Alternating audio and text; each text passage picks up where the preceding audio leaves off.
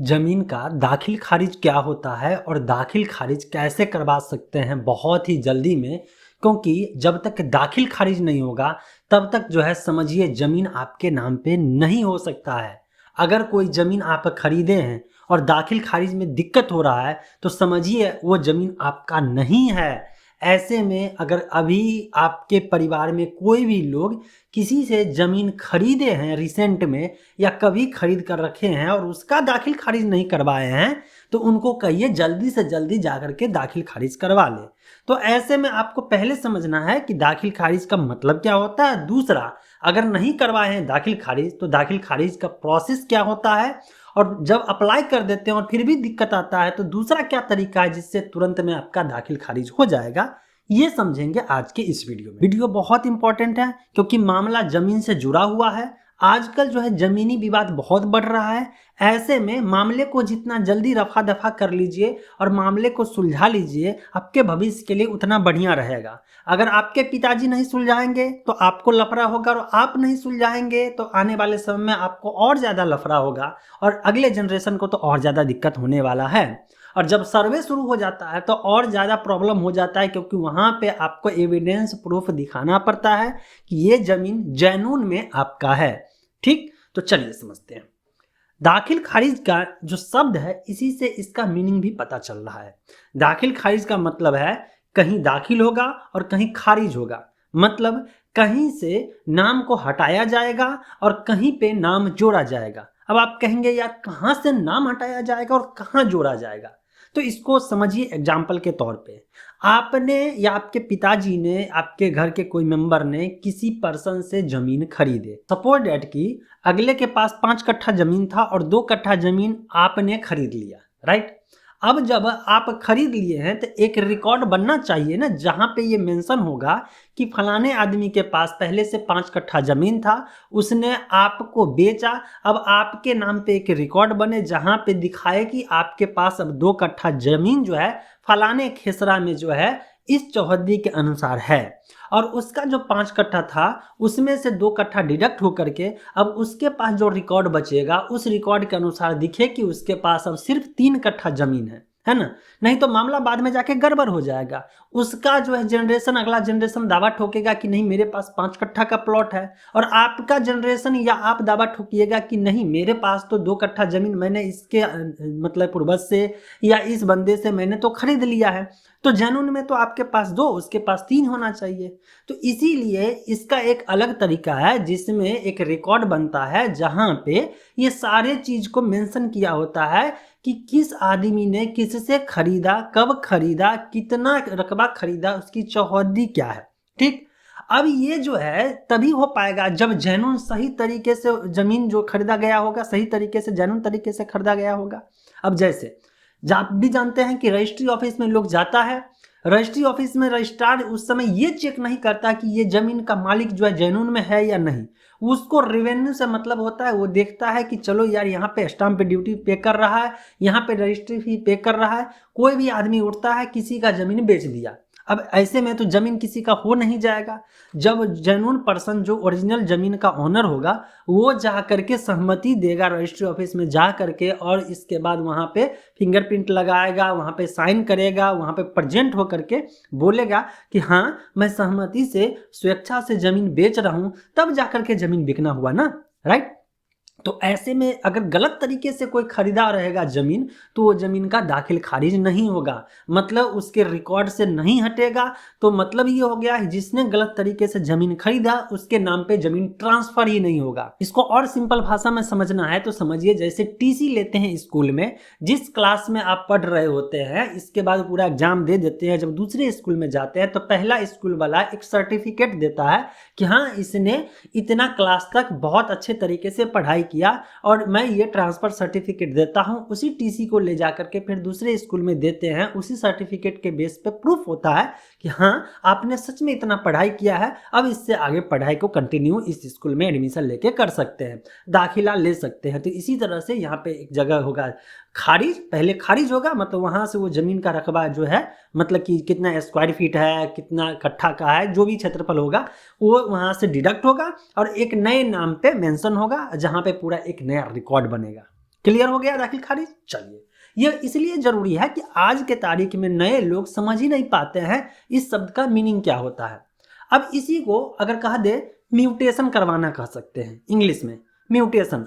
अब जो कि बिहार और यूपी से अगर बिलोंग कर रहे हैं तो आपके लिए अलग अलग ऑनलाइन पोर्टल अवेलेबल है ऑलरेडी, और धीरे धीरे सारे स्टेट का अपना जो है एक ऑनलाइन सिस्टम बन रहा है, जहां पे लोग घर बैठे अपने जमीन रजिस्ट्री करने के बाद अपने से खुद से जो है म्यूटेशन के लिए, दाखिल खारिज के लिए अप्लाई कर सकता है।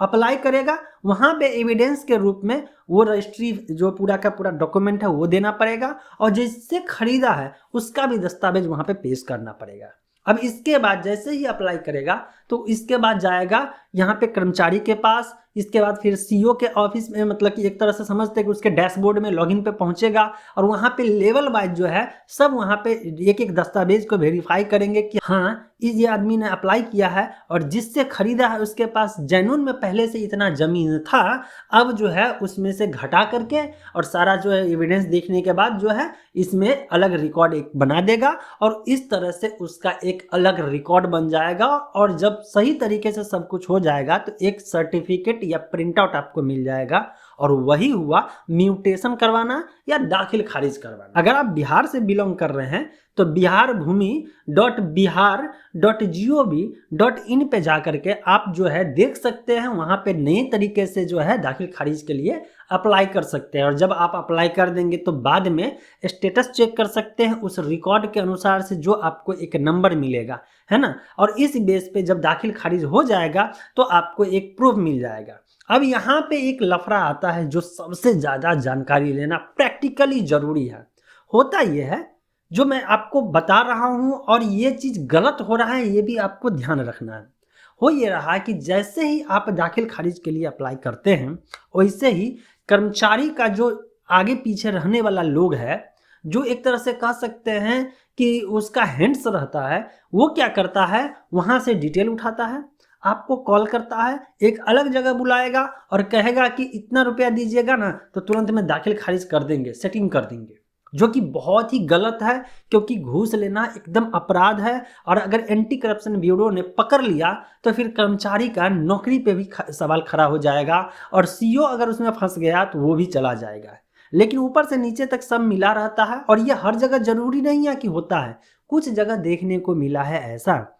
जबकि कहीं कहीं ऐसा देखने को मिला, अगर कोई सीईओ जो है बढ़िया सीईओ आ गया, ईमानदार सीईओ आ गया, तो फिर नीचे कर्मचारी कितना भी खराब रहे एकदम वो टाइट हो करके और सारे पेपर को जल्दी से, अगर जमीन जेन्युइन है तो एकदम क्लियर कर देता है।